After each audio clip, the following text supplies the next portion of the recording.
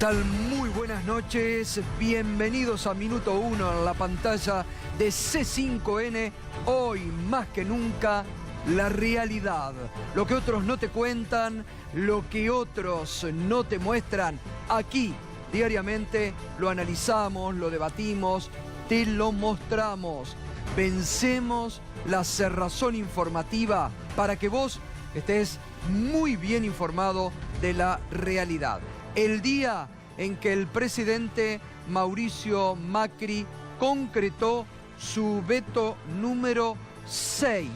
Es el sexto veto de Mauricio Macri, siempre sobre leyes que buscaron beneficiar a la sociedad o a un alto porcentaje de la sociedad. El gobierno le costó digerir, no digiere aún, está un gobierno que hoy se mostró muy enojado, muy molesto, porque está enojado y está molesto con la dura realidad económica que le toca vivir a la Argentina. Y ayer y hoy se mostró muy enojado y muy molesto por el voto del Senado. 37 senadores votaron a favor de parar el tarifazo, las tarifas impagables, con una propuesta, con una alternativa de la oposición de retrotraer las tarifas al mes de noviembre y de que los aumentos se den en el marco, lo que sería lógico, que se den en el marco de los aumentos salariales. Lo venimos diciendo todos los días. Fíjese, en este año el gran perdedor es el salario de los argentinos. Junio, podés acompañar a partir de este momento con el hashtag Junio Recargado, viene con aumentos. A ver, ahora Fernando Alonso enseguida lo va a comentar, pero para dar un primer pantallazo, 11% los colectivos, 8% trenes, 7,5% las prepagas, alimentos y bebidas como mínimo, 2%, ahora nos va a contar Fernando, naftas. Enseguida te vamos a contar, y esto es muy importante, el acuerdo secreto que había firmado el ministro Aranguren con las petroleras. No se había conocido este pacto, este acuerdo secreto firmado por Aranguren y las petroleras, pero que indicaba que por 60 días, estamos dentro de esos 60 días, no se iba a aumentar el precio de los combustibles, pero que después el gobierno iba a subsidiar, iba a hacer un resarcimiento a las empresas petroleras. Hoy lo deschavó la AFIP porque por un aumento de impuestos, mañana las naftas aumentan 1,5%. La carne, un producto prohibitivo ya para muchos en la mesa de los argentinos, 10% de aumento, aumentó 5% la semana pasada, esto se supo poco, y aumenta ahora otro 5% en los próximos días. No aguante con esto. ¿Qué bolsillo aguanta con este junio recargado, con estos tarifazos? Una inflación, ahora se lo vamos a mostrar, que ya está pronosticando una consultora amiga del gobierno, en 2,5. Y hoy el dólar, que rompió otro récord. Éramos pocos y el dólar rompió hoy otro récord, 25,55, incontrolable. Ni el Banco Central ni el gobierno lo pueden controlar al dólar. Impacta todo esto muy fuerte, Fernando, buenas noches, sobre los precios de todo, ¿no? Sí, claramente, Gustavo, buenas noches. Estabas repasando colectivo, trenes, subte, alimentos, prepaga. Junio, que parecía ser un mes que iba a venir tranquilo, porque el gobierno apostaba que desde mayo bajara la inflación, vuelve a pegar un sacudón muy fuerte. Y alimentos va a estar mucho más arriba del 2% el incremento de mayo, entre 5 y 7% seguramente. Las listas de precios que están llegando nuevas, que llegaron a lo largo de mayo, planteaban aumento de 7, 10 y 12%. Así que seguramente el promedio va a estar más cerca del 5% que del nivel general, que el nivel general se espera que esté arriba de 3% en mayo. Y hoy hubo intervención del Banco Central o del Banco Nación para tratar de frenar otra escalada del dólar, Voy Fernando? a comentar, hay ventas de los bancos públicos, no hay ventas del Banco Central. El Banco Central mantiene la oferta de los 5.000 millones a 25 pesos, pero este es el precio mayorista, no es el precio que llega a los ahorristas, que estuvo en 25,51. El precio mayorista todavía está un centavo abajo de esos famosos 25. La duda es, cuando llega a 25, si los 5.000 millones que pone sobre la mesa el central son suficientes para parar la próxima corrida cambiaria. Da la sensación de que los ahorristas pequeños, medianos y grandes van por todos los dólares. Así que va a ser una situación muy compleja la que va a tener que enfrentar el Banco Central. Recordando, Gustavo, que hay un informe del Instituto Internacional de Finanzas que agrupa lo más selecto de los grandes fondos de inversión, de los grandes bancos internacionales, que dijo que el dólar a 25 recortó la mitad de la apreciación que tenía el peso. Claro. Esto es dejando lugar a una muy fuerte corrida para los próximos meses. Bueno, en mayo fue récord, ¿no? ¿Cuánto 21%. Se devaluó el peso? ¿Cuánto? 21%. Bueno, 21% solo en el mes de mayo, lo que se ha devaluado el peso y una corrida cambiaria que el gobierno no puede parar. Ahora vamos a continuar con más datos de la economía. Pero hablábamos, el gobierno tuvo una dura derrota en la Cámara de Senadores. No hubo apriete, no hubo llamado, no hubo promesas que bastaran por parte del gobierno, porque en esta los senadores, ayer lo decíamos, mire, lo que pasó ayer en el Senado con este proyecto que primero fue acordado, porque esto es lo que hay que señalar y que hay que explicarle a la gente.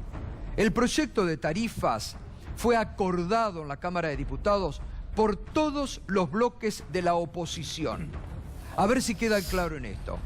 Todos los bloques de la oposición, escuchando la demanda de una sociedad que le ha dicho no al tarifazo.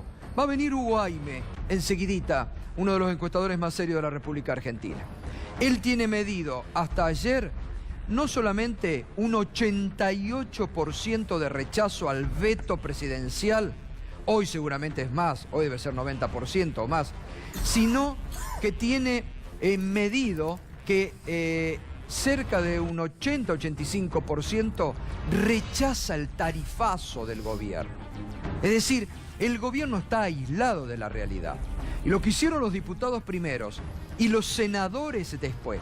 ¿Cómo vuelve un senador a su provincia cuando la ciudadanía les está reclamando que no puede más con los aumentos, con la inflación, con el tarifazo? ¿Cómo puede encarar después un senador en su provincia o un diputado? ¿Qué le va a decir? No votamos a favor del gobierno porque nos prometieron una obra pública que no saben si van a poder cumplir porque el acuerdo del Fondo Monetario Internacional les va a hacer paralizar la obra pública en la República Argentina. Entonces ayer, lo decíamos, quedó en claro quién está del lado de los dictados del Fondo Monetario Internacional en la Argentina y quién está del lado de la sensibilidad del pueblo. Es lo que está faltándole al gobierno, un poco de sensibilidad, de acercarse al sufrimiento de la sociedad. Y esto es lo que quedó demostrado ayer en el Senado de la Nación. Y el gobierno, que ya se sabía perdedor, porque ya los contactos de Frigerio se habían agotado y ni el propio presidente Macri pudo torcer voluntades, tenía redactado desde anoche el veto presidencial que hoy, a las 8 de la mañana, anunció el jefe de gabinete Marcos Peña. Y el gobierno siempre cargando las responsabilidades en los otros. Nunca admitiendo que los errores le pertenecen en esta etapa y que la crisis que se autogeneró es producto justamente de lo que no han sabido saber. Y así también después lo justificaba el presidente Macri, su veto número 6. Mire, le voy a contar. Vetó el presidente Macri la doble indemnización por despidos. ¿Se acuerdan el año 2016 cuando arreciaban los despidos tanto a nivel público como privado? También esto fue una iniciativa de la oposición que hubiera parado, hubiera podido ayudar mucho. Doble indemnización por los despidos, lo vetó. La jubilación mínima para excombatientes la vetó. La expropiación del Bagüen la vetó. La ley de trombofilia la vetó. Salario mínimo profesional lo vetó. Y hoy la limitación del tarifazo. 6 vetos sobre leyes que iban, 5 de ellas, a los sectores más vulnerables, a los sectores populares de ayuda social. Es decir, fíjese cómo este gobierno sigue rechazando todo lo que signifique amplias mayorías. Y está muy atento al pedido de las empresas, porque en última, lo que ahora enseguida vamos a ver, cómo se han beneficiado las empresas. Macri lo justificaba al veto número 6 de esta forma. Sí, ya ha sido vetada, como preguntaba tu colega. Era ya una cosa anunciada, ¿no? Como dijo la doctora Carrió anoche, esta ley nació sin ningún tipo de viso de continuar, porque, bueno, ya lo he dicho, ¿no? Claramente no está financiada, los que la han votado no han dicho dónde salen los recursos, no dicen dónde está la plata. Ya me encantaría, no sé, no tengo una avión, hacer así con una varita mágica que la plata apareciese. Sería maravilloso, pero no. Significaría que deberíamos suspender la UH el resto del año, la discapacidad, parte de las jubilaciones, o suspender todas las obras que tenemos por todo el país. Los gobernadores, los senadores, lo hablábamos con Rogelio esta mañana, ellos tienen que explicar por qué votaron algo que ellos mismos dijeron que era un desastre, que era un mamarracho, escuché decir por parte de ellos, que no era viable, que me pedían que les asegure que lo iba a vetar. ¿Para qué lo hicieron? ¿Qué quería hacer, una demostración de poder el peronismo? Ahora, usted notó, ¿no?, el presidente hacia dónde va cuando dice, y tendríamos que, si no, suspender todos los beneficios para el pueblo. Nunca se lo escucha al presidente decir, bueno, la verdad, a ver, y sí, hubiéramos podido aumentar las retenciones al campo nuevamente, las retenciones a las mineras también, hubiéramos podido ver la timba financiera que reina en la City, a ver si podemos sacar un centavo más de ahí. Nunca, nunca con los sectores de poder. Porque cuando en la semana pasada insinuaron que podían suspender el tema de las retenciones, hubo 2 gritos del campo y el gobierno reculó en chancletas rápidamente. Porque frente a los poderosos el gobierno no se para. Y la amenaza, fíjese, siempre es para los sectores más populares, para los sectores más carenciados. Y bueno, le vamos a tener que... Las obras públicas, el propio gobierno lo dijo Duhovne, que se van a paralizar por el acuerdo por el Fondo Monetario Internacional, no por esta ley de tarifa. Se van a paralizar por las exigencias del Fondo Monetario Internacional. Lo dijo Duhovne, que anunció que va a haber recesión y menor crecimiento este año, y más inflación, producto de ese acuerdo. No lo dijimos nosotros, no lo dijo ningún dirigente de la oposición.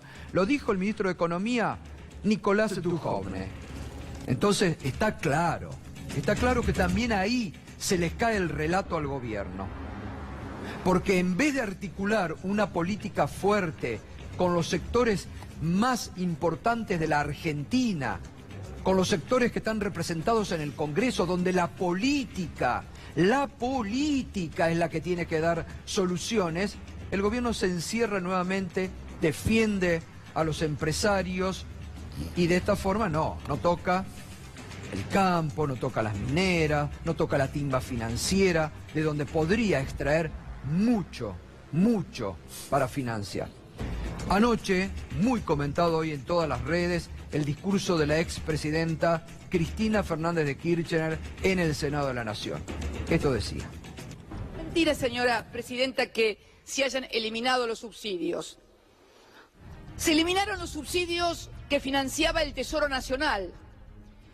Pero ahora hay subsidios ciudadanos. Son los ciudadanos y ciudadanas argentinas los que están subsidiando la rentabilidad de las empresas. ¿Alguien se puso a pensar la angustia, la desazón de la gente sentada frente a las facturas de luz, de gas, de agua?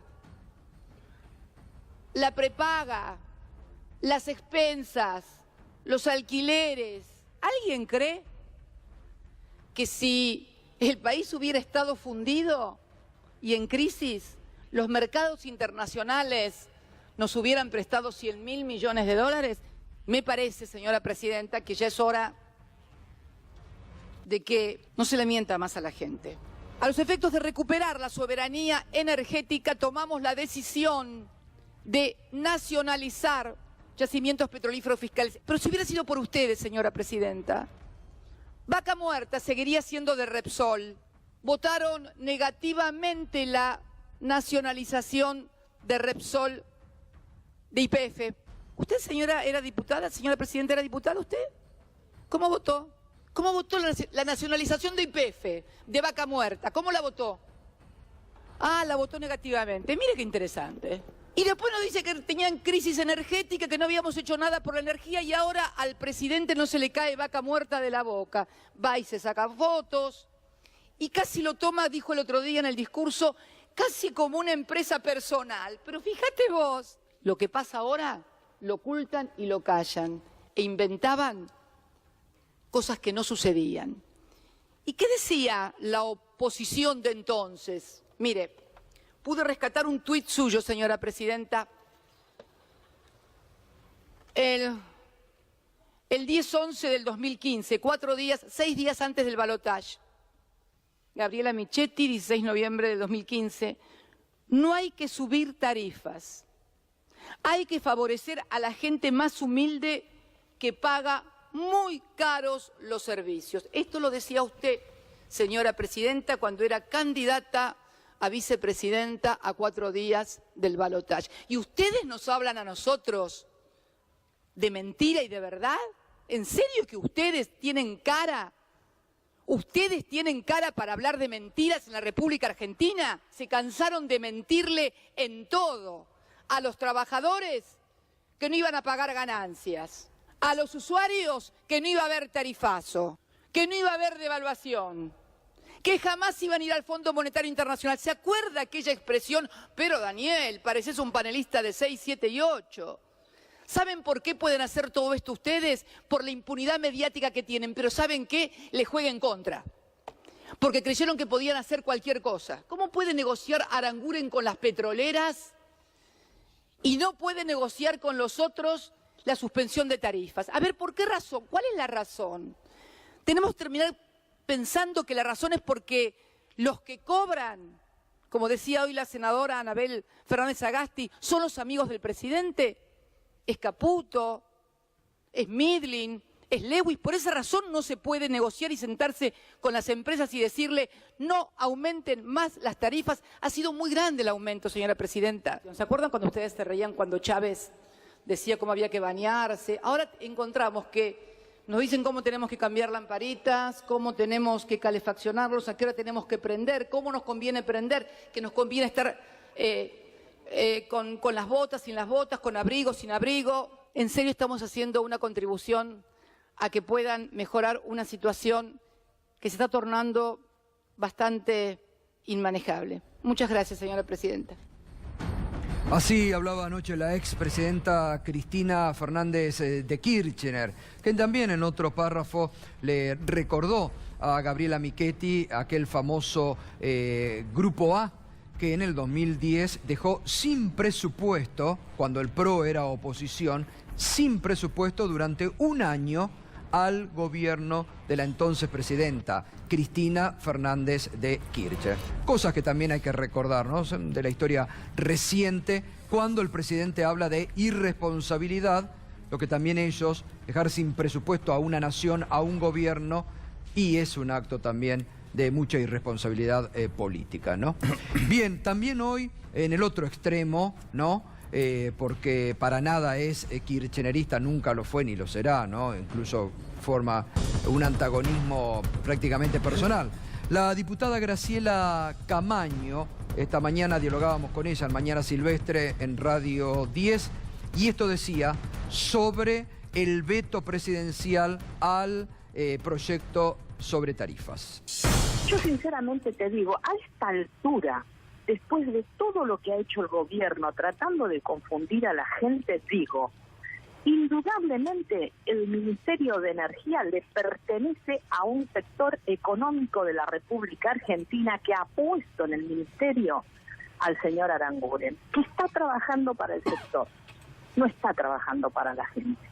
Entonces, que no me vengan con ninguna estupidez del tipo de alianzas, del tipo de desestabilización, del tipo de que se quiere que la Argentina le vaya mal.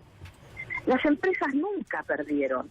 Claro. Cuando Cristina le daba subsidios, tampoco perdieron, porque eran subsidios. O sea que acá los únicos que nunca perdieron fueron los empresarios.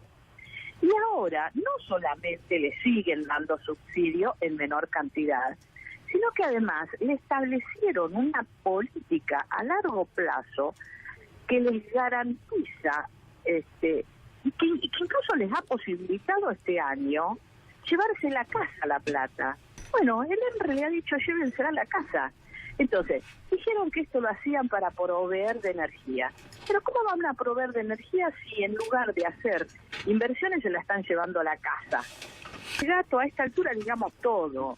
Macri tiene intereses porque él mismo tiene empresas familiares que están metidas en el sector energético. Entonces, acá no es patriota la actitud de Macri. Está defendiendo sus propios intereses. No escuchan y van a utilizar todas las herramientas para seguir acomodando sus propios intereses, incluso la herramienta del veto. Nosotros vamos a utilizar la herramienta de acudir a la justicia, porque nosotros creemos que todo el proceso está viciado de nulidad. Bueno, así anticipaba hoy la diputada Graciela Camaño que van a ir a la justicia, van a ir a la propia Suprema Corte de Justicia de la Nación para recordar también un argumento utilizado en su momento por la Corte cuando fijó cuando hablaba de la razonabilidad de las tarifas, ¿no? Así que seguramente será el próximo paso, el de la judicialización.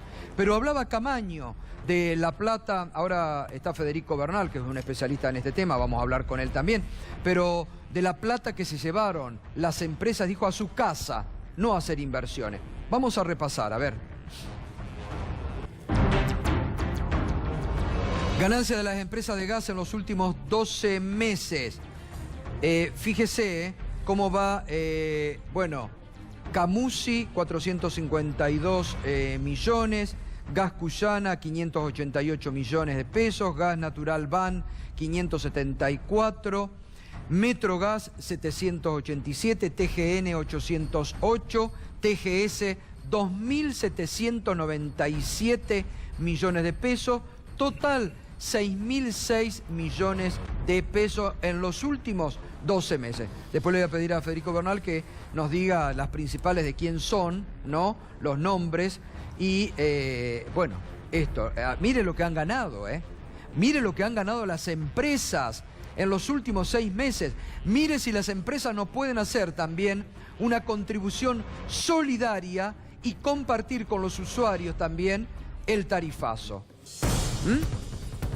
Bueno, hay más. Mire, Edenor, 491 millones, Edesal, 193, Transener, 2.300 millones, Central Puerto, 3.728 millones de pesos, Central Costanera, 369 millones, Pampa Energía, 4.716 millones de pesos, total 11.997 millones de pesos. Camusi tuvo una ganancia del... las acciones acá, desde fines del 2015, ¿cuánto sumieron? Camusi 644%, Gas Cuyana 523%, Gas Natural Van 189%, Metrogas 477%, TGN 378%, TGS 706%, Edenor 368%, Edesal 696%, Transener 525%, Central Puerto 197%, Central Costanera 177% y Pampa Energía 297%. Las acciones desde fin del 2015, mire si no han ganado estas empresas del sector. Mire si no pueden hacer gestos solidarios para con los ciudadanos. Bien, vamos a lo que... Fíjese Elipsis, vamos a pasar ya al bolsillo. Mire Elipsis lo que proyectó hoy para la inflación del mes de mayo. Elipsis, que es una consultora muy cercana al gobierno. Para mayo, 2,8% está pronosticando Elipsis. Y anual del 27%. Atenti con esto. Elipsis, 2,8 para mayo, anual 27%. Habrá que ver, y ahora además vamos con el tema de los precios. Miren lo que han aumentado algunos productos. De diciembre a mayo del 2018, el chorizo parrillero aumentó en este periodo 324%. El aceite de 1,5 litros, 254%. La cerveza de 1 litro, 245%. La cerveza, ¿se acuerda cuando el funcionario de Saladillo le dijo: déjense de tomar cerveza y vayan a pagar las tarifas eléctricas? Esa es la sensibilidad de los dirigentes y de los funcionarios del PRO. La de Saladillo, ¿se acuerda cuando le dijo a los habitantes de Saladillo: dejen de tomar cerveza con los amigos y paguen las tarifas de electricidad?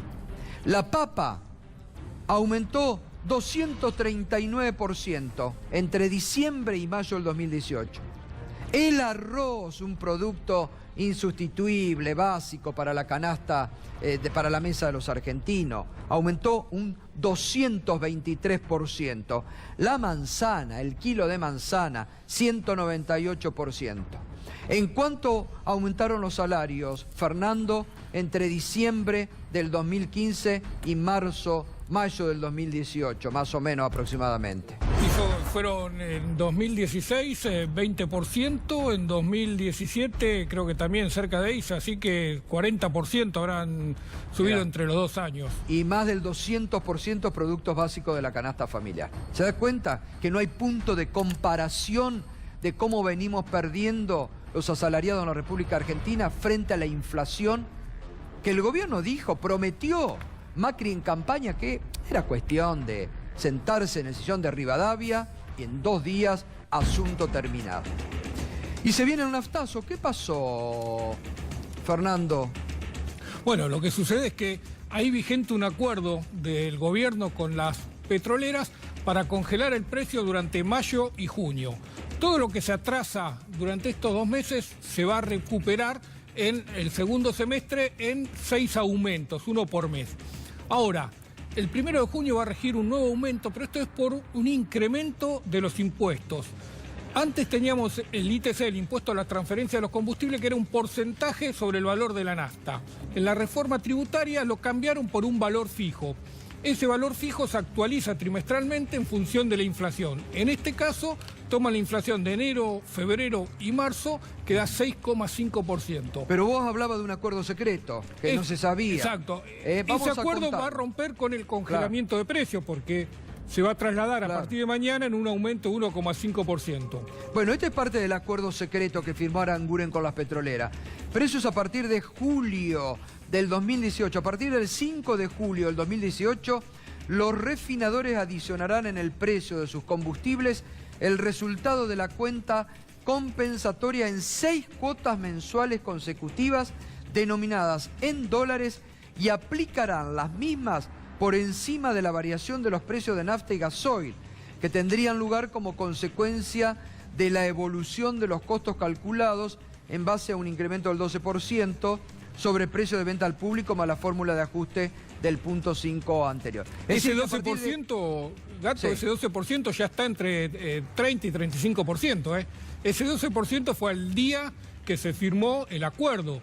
Pero al 1 de julio, cuando va a empezar la actualización, ya están hablando de que el atraso es de 30 a 35%. Así que el aumento que va a pegar los combustibles en la segunda parte del año tiene un piso de 35%. A eso le tenés que sumar todo el resto del atraso que se vaya gestando durante junio y a lo largo del segundo semestre. Así que el precio del litro a 40 pesos para fin de año es ya casi una realidad, ¿no? Digo, es ¿cuánto? Y con 40 pesos, como se hablaba, va a estar muy cerca de eso. Una 35% tenés de base, más lo que se acumule durante junio y el resto del segundo semestre. Pensá que además del precio internacional del crudo, el precio de la nafta está actualizado por la devaluación del peso, y la devaluación del peso no paró, siguió a lo largo de mayo. Claro. Este acuerdo se firmó el 12, sí. 21% se evaluó el precio, el peso durante mayo, así que todo eso falta trasladarlo. Bien, ahora vamos a hablar también con Hernán Lecher, que nos trajo un informe muy completo sobre cómo todo esto va a repercutir en precios a partir de mañana y en su bolsillo. Bien, Darío Villarruel, novedades hoy en el ámbito judicial para destacar. Sí, la justicia paralizada. Hoy se decretó día inhábil en la justicia. ¿Por qué? Porque tiene un sistema obsoleto de comunicación a abogados de las resoluciones tanto del fuero penal, el fuero laboral, el fuero comercial, que se notifican a través de un sistema electrónico. Está obsoleto, tanto es así que tanto el Colegio Público de Abogados pidió que se declare inhábil el día de hoy, también el Consejo de la Magistratura, pero lo más duro es lo que ha escrito la Unión de Empleados de Justicia de la Nación. Dice, la tecnología en el Poder Judicial de la Nación es la punta del iceberg del estado general de cosas.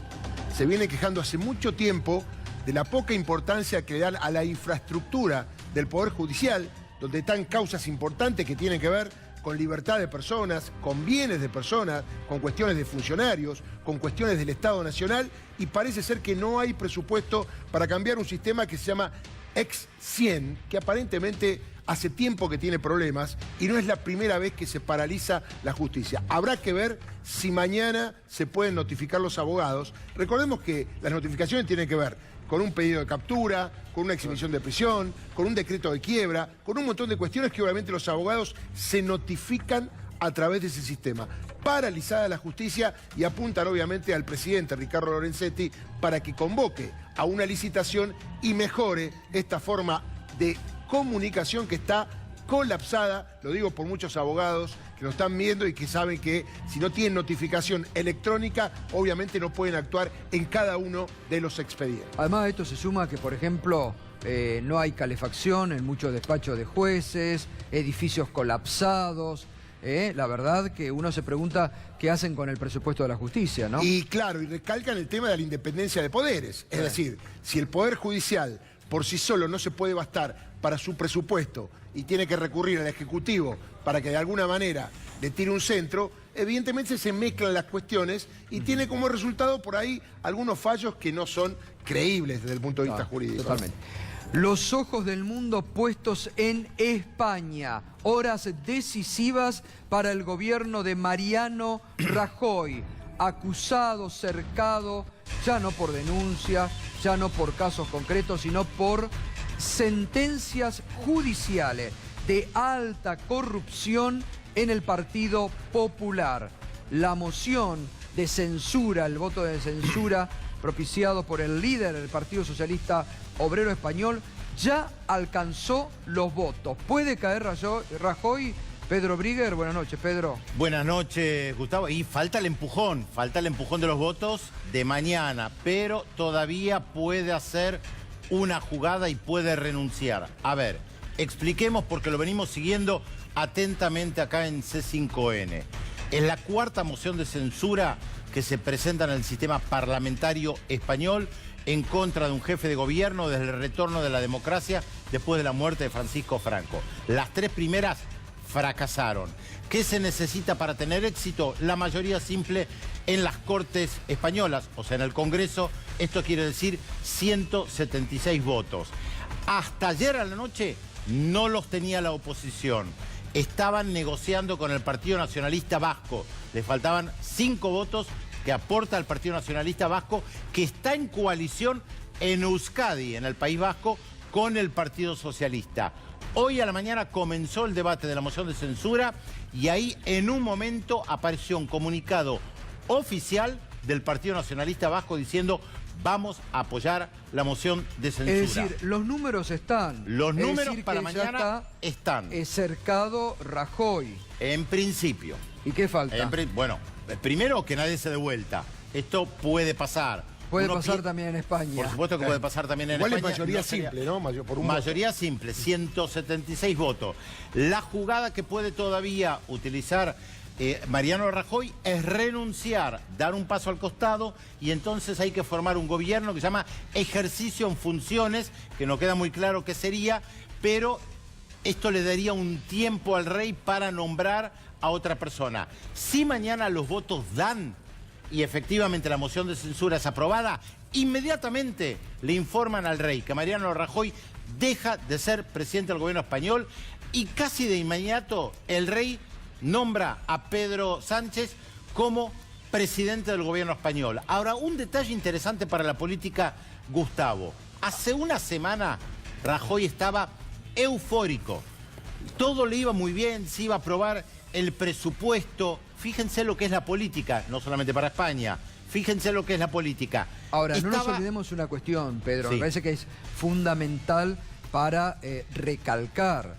Está no solamente denunciado, sino que ya hay sentencias, creo que son 200 y pico de años, por un caso de corrupción, porque el Partido Popular ha sido rodeado y denunciado de múltiples casos de corrupción, ¿no? Es que justamente... Digo, porque acá, fíjate vos, las derechas siempre son las transparentes, vienen a transparentar. Mirá cómo termina Rajoy, el Partido Popular denunciado por todos lados. Uno de los más corruptos de Europa. Cómo termina y cómo está terminando Temer, donde los corruptos son los que gobiernan hoy Brasil.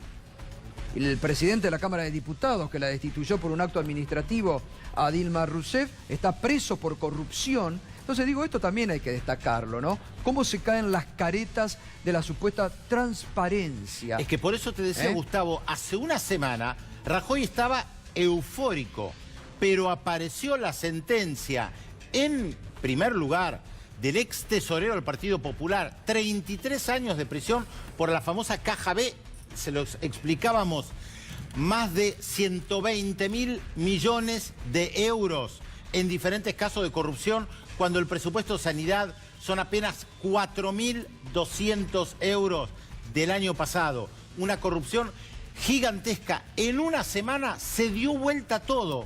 Y quien estaba eufórico está hoy o mañana al borde del abismo. El que está también en la cuerda floja, hay que decirlo, es Daniel Ortega, el presidente de Nicaragua. Algunos de ustedes recordarán el Daniel Ortega de la Revolución Sandinista de 1979. Bueno, este ya no tiene nada que ver con aquel. Hubo protestas ayer otra vez, manifestaciones masivas, cerca de 15 muertos. La iglesia estaba tratando de mediar y negociar, sentarse a hablar con el gobierno.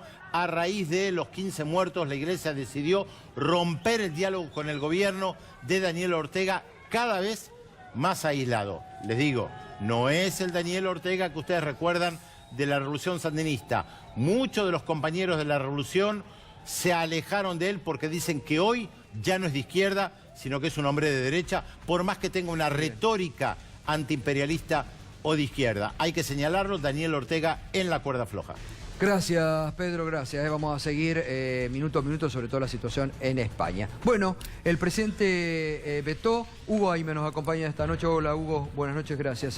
No, gracias. Antes del veto, ¿qué porcentaje de argentinos rechazaban esta posibilidad? Mira, nosotros lo que preguntamos fue si estaba de acuerdo con lo que el dictamen que había salido de la Cámara de Diputados, de que las tarifas incrementen como los salarios o que las tarifas sigan incrementándose como ahora. La respuesta fue un 95% que dijo que las tarifas tenían que incrementarse como los salarios. La otra pregunta fue, bueno, entonces usted está de acuerdo o en desacuerdo con que el presidente vete lo que vino fue de la Cámara de Diputados, el 88% se definió en contra del veto. Esa altísimo los porcentajes por un tema. Exacto. Y por el otro, ¿no? Sí, claro.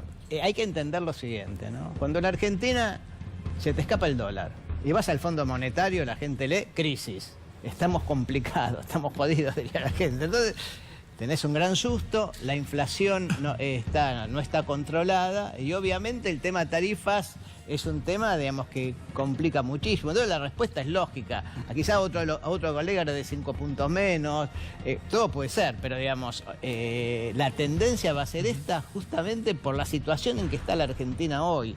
¿Esto No es en es Ciudad de por- Buenos Aires? Si uno preguntaría, no sé, por cualquier otro Claro. artículo daría lo mismo. Sí, perdón. No, ¿esto es en la Ciudad de Buenos Aires o la No, encuesta refleja nacional. lo Yo que hago pasa en todo estudios el país? nacionales presenciales. 1000 casos presenciales todos los meses.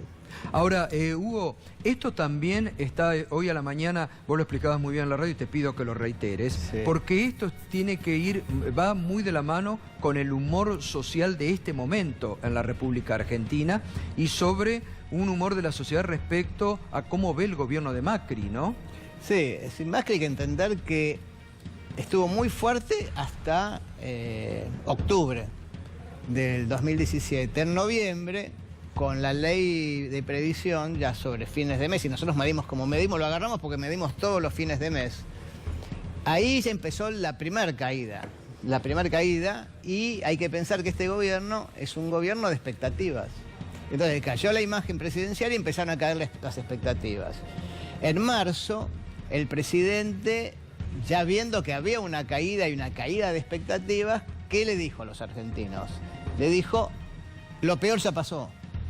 2 meses y medio después dijo, vamos al fondo. Entonces estos sucesos son muy inexplicables para la población. Y entonces le quita credibilidad a la palabra presidencial y continúan bajando las expectativas. Entonces cuando nosotros hoy preguntamos cuál es el nivel de aprobación de la gestión del gobierno, tenemos 26% de aprobación y 60 y algo de desaprobación. 26, bajísimo. Sí. Muy Hay bajo. que pensar, hay otros colegas, yo pregunto, ¿aprueba o desaprueba? Hay otros colegas que dicen, aprueba mucho, algo, poco, Claro, nada, claro. te cambia un Ustedes poquito. preguntan directamente. Sí, igualmente, la imagen personal del presidente la tenemos en 36 positivo y el resto es negativo. O sea que hoy el presidente está cuarto, quinto en el ranking de dirigentes. ¿Y cuánto llegó a tener de imagen positiva Macri? Y cuando comenzó, 65% aproximadamente. Como imagen personal, 70 puntos. ¿Hay problemas para la gobernabilidad con este piso de...? La gente, yo pregunté si la gente pensaba que esto era una crisis importante, la contestación es que sí, que es una crisis grave, pero cuando preguntás si esto termina como en el 2001, te dicen que no. La gente no está viendo que esta crisis vaya a terminar como el 2001. Lo que sí estamos con un problema institucional, porque tenemos, excepto Vidal, que viene en caída, pero se mantiene, digamos, la mitad positiva, la mitad negativa, el resto de la dirigencia política está toda con balance negativo. No sacás a ninguno.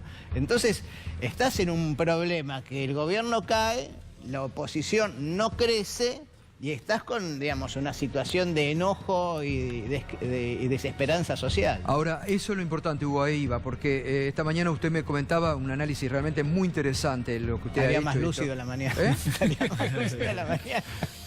No, pero digo, las expectativas negativas que tiene la población también para el futuro. Bueno, el gobierno empezó más o menos a tener 50, 60, 70% de decir, de acá a un año las cosas van a mejorar. Hoy solo un 28% nos contestó que pensaba que de acá a un año las cosas se iban a mejorar.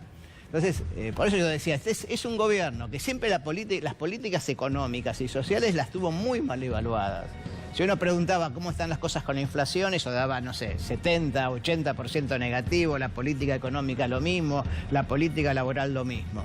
Quedaba bien la obra pública, que ahora aparentemente va a parar, el combate al narcotráfico y el tema de la corrupción.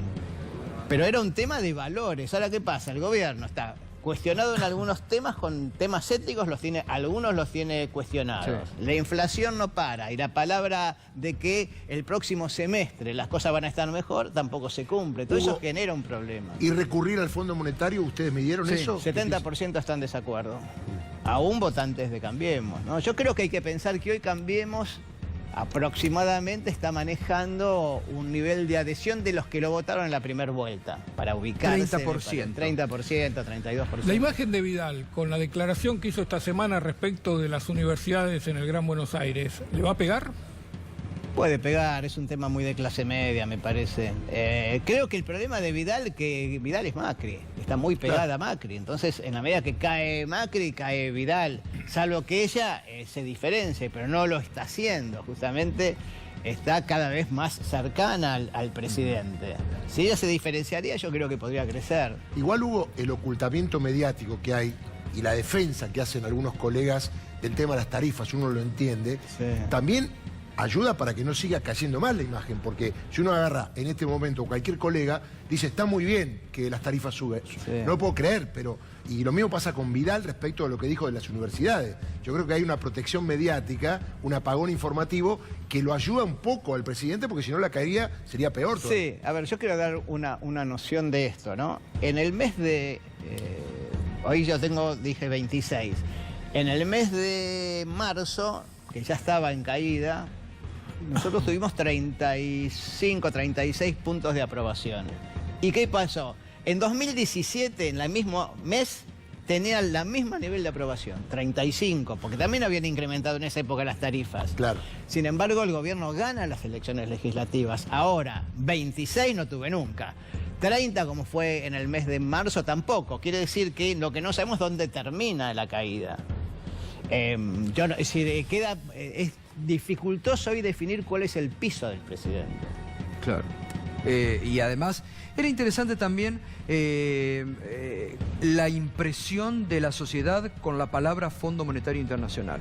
Bueno, eso Cuando sí. ustedes le preguntan, llega al fondo, acuerda con el fondo, ¿cómo reacciona la gente? No, la gente, digamos, reacciona mal por varias razones. Uno, porque hay una memoria histórica que tiene que ver básicamente con el tema del 2001, la crisis, ¿no?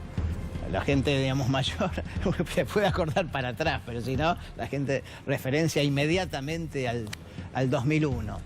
Y el recuerdo, obviamente, no es bueno. Y entonces, hablas de crisis, tenés miedo a la desocupación, que es lo que piensa que va a suceder con el acuerdo con el fondo. Tenés miedo al ajuste, tenés incertidumbre, bueno, el Fondo Monetario es todo eso, ¿no? ¿Hay crisis en este momento? ¿El gobierno tiene una crisis de confianza, de credibilidad, o tiene una crisis política y económica importante que no ha sabido cómo resolver y no sabe cómo agarrar el toro por las astas? En términos de opinión pública tiene una crisis de credibilidad, eso está claro. Y tiene una crisis política, porque tiene unos líos con sus aliados también importantes. Desde el punto de vista económico, yo no soy economista para definirte esa situación. Da toda la sensación que si recurriste al Fondo Monetario es que estás sin problema. Pero bueno, sabemos que hay muchos economistas que están diciendo que no había por qué ir al Fondo Monetario. ¿Hay algún antecedente de otro presidente con un nivel de aprobación tan bajo en esta altura del mandato? Duhalde. Pero bueno, en el medio, Duhalde en medio de un caos. Duhalde de la después de peor Costilla. crisis política. Te diría Menem después de su reelección. Menem después de su reelección tenía una imagen muy bien, porque antes medíamos distinto, ¿no? Medíamos muy bien, regular, mal, no hacíamos positivo, negativo. Y Menem llegó a tener un muy bien de 10. Tener tiene, medido por los brasileños igual, con la suma de muy bien, tiene 2%, ¿no? Menem tenía 10%, no hubo conflicto institucional, perdió las elecciones legislativas, pero terminó. Ahora, ¿no? Hugo, No puede salvar el Mundial. Claro. Si Bueno, Neymar juega bien. exacto. Hugo, no entiendo algo. Si Macri no vetaba la ley, Sí. a lo mejor subía su imagen. Sí, seguramente. O sea que no le interesa mucho que la imagen suba, salvo hacer los negocios para los amigos. No, a mí me parece que el gobierno tiene una concepción respecto a la economía de la Argentina y cómo se resuelven los problemas, ¿no? Hace poco un gobernador que había estado con el presidente me dice, mirá, lo que pasa es que están enamorados de bajar el déficit fiscal. Entonces, si uno lo que cree es eso y está convencido, hoy mismo lo dijo el presidente, hay que estar con las convicciones, hay que tener las Sí, convicciones pero enamorados firmes. ahora, porque en estos últimos 2 años el gobierno de Macri aumentó el déficit fiscal. No, Ahora eso porque está lo claro. aprieta el fondo. No, sí, está claro. Pero quiero Ahora decir, porque lo aprieta el fondo. el concepto, ellos me parece que partieron de un concepto. Nosotros somos, digamos, gente de negocios, el mundo va a venir a nosotros. Bueno, eso no sucedió. Es decir, vino el mundo financiero, no vino el mundo de la inversión. no vieron las inversiones, no bajó la inflación, sin nada de lo que suponían que iba a suceder, sucedió. Y se encontraron frente al cambio del escenario internacional. Ahora ahí también, porque digo, ellos se mostraron como los campeones siempre del marketing, del relato, del manejo de los medios, para que siga este nivel de credibilidad el gobierno. ¿Qué pasó? ¿Se les cayó el relato? ¿Apareció la realidad dura que estamos viviendo ahora? Sí, ¿O la sociedad percibió que el mejor equipo de los últimos 50 años no tenía soluciones? De todo un poco, ¿no? Porque hay una cosa lógica. El gobierno, vos le das 2 años. Creíste en el gobierno, votaste un cambio. El cambio no se dio, pero tenías la expectativa. Ganó las elecciones. Y cuando fuiste a la reforma previsional, la lectura consensual de la sociedad fue que le estaban metiendo la mano en el bolsillo a los jubilados. Ahí es donde empieza el problema. Porque hay que pensar que cuando Macri gana las elecciones, va sobre el centro. Quiere decir, empieza a decir, los trabajadores no van a pagar ganancias, no va a haber inflación, voy a respetar las empresas del Estado, ¿no? Que era bastante la prédica, un poco del Frente Renovador y bastante del Frente Renovador. Claro. O sea, toma bastante de las banderas de Massa. Es más, se lo lleva a Davos. Ahora, ¿qué pasa? Cuando empezás a gobernar y en vez de ir al centro vas ya sobre la derecha y ahí estás complicado porque perdés un sector del electorado. Y las promesas incumplidas, ¿no? Bueno, por eso digo. Ahí está, claro. Y hay que pensar lo siguiente. Macri sacó, decíamos, 33, 34 puntos la primera vuelta. El resto fue un 15%, 17% de gente que no lo había que decía Cristina no, entonces claro. Macri. No era elijo, era opto por esto. Fue el voto en contra de Cristina. Por eso, bueno, ahora eso se fue, claro. Digamos. Fue un clavo saca otro clavo para esa gente. Más o menos. Bueno, Hugo, muy bien, interesantísimo, ¿eh? Bueno, te acaparaste la media hora. Que se quedan, ¿eh? Se quedan, no es que se quedan sumamos para la próxima. Una línea, Federico, escuchábamos recién el presidente que dijo, bueno, una irresponsabilidad, aumentan el déficit, les tiró con todo. ¿Es tan así o el presidente tenía alternativas? Dijo que no podía sacar la varita mágica. Bueno, lo mostraste en esa diapositiva con las empresas, las grandes ganadoras. Y de hecho ayer, por ejemplo, Cristina Fernández de Kirchner puso en números la transferencia colosal de recursos o de ingresos desde los usuarios a esas mismas empresas. 16.500 millones de dólares que salió de un informe de Fiel. Sí. Entonces, todo esto se explica en definitiva porque este no es un gobierno que favorece a este conjunto selecto de empresas. Es un gobierno de empresarios estafadores e inescrupulosos para estos mismos empresarios estafadores e inescrupulosos. Y por eso es que el presidente no tiene ninguna otra alternativa, dice él.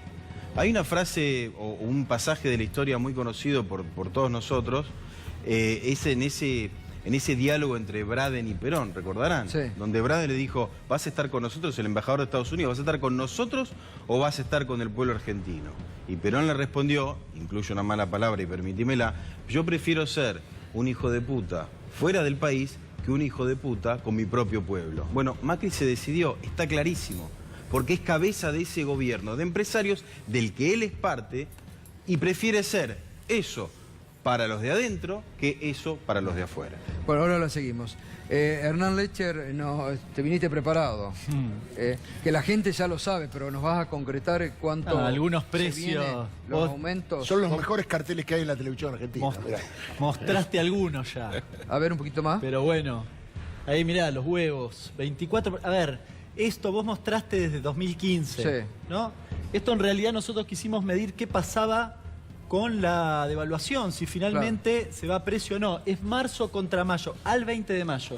24%. Quería mostrarte este otro. Fíjate, bueno, el pan, lo sabemos, la gaseosa cola, mirá. 22%. Te muestro este porque antes de salir me fijé en 2 supermercados por internet. Sí. Y nos quedamos cortos, ya no está 55, está 65 este mismo producto. ¿Y se viene un nuevo aumento ahora a partir de mañana? Y se viene probablemente, lo que pasa es que, vos lo decías un poco, el problema es que hay una expectativa de devaluación a futuro, ¿no? Y hay una expectativa además de que los precios van a aumentar, con lo cual muchos de estos precios, algunos dicen, pero no tiene productos importados, ¿por qué aumenta? Y aumenta porque todos creen que va a aumentar todo y por lo tanto, digamos, se garantiza el margen de rentabilidad a través del aumento del precio, ¿no? Bueno, ahora continuamos, tema precio, tema tarifas y además, enseguida, gracias Hugo nuevamente, muy amable, realmente interesantísimo el análisis. Y además, enseguidita, las expresiones de la gobernadora de la provincia de Buenos Aires, María Eugenia Vidal, respecto a que habría que preguntarse por qué tantas universidades públicas en la provincia de Buenos Aires si es que los pobres nunca llegan a la universidad. Van a estar enseguida con nosotros el rector de la Universidad Nacional de Quilmes, Alejandro Villar, y el rector de la Universidad de Avellaneda, Jorge Calzoni. Esto es Minuto 1, la realidad ampliada. Ya volvemos.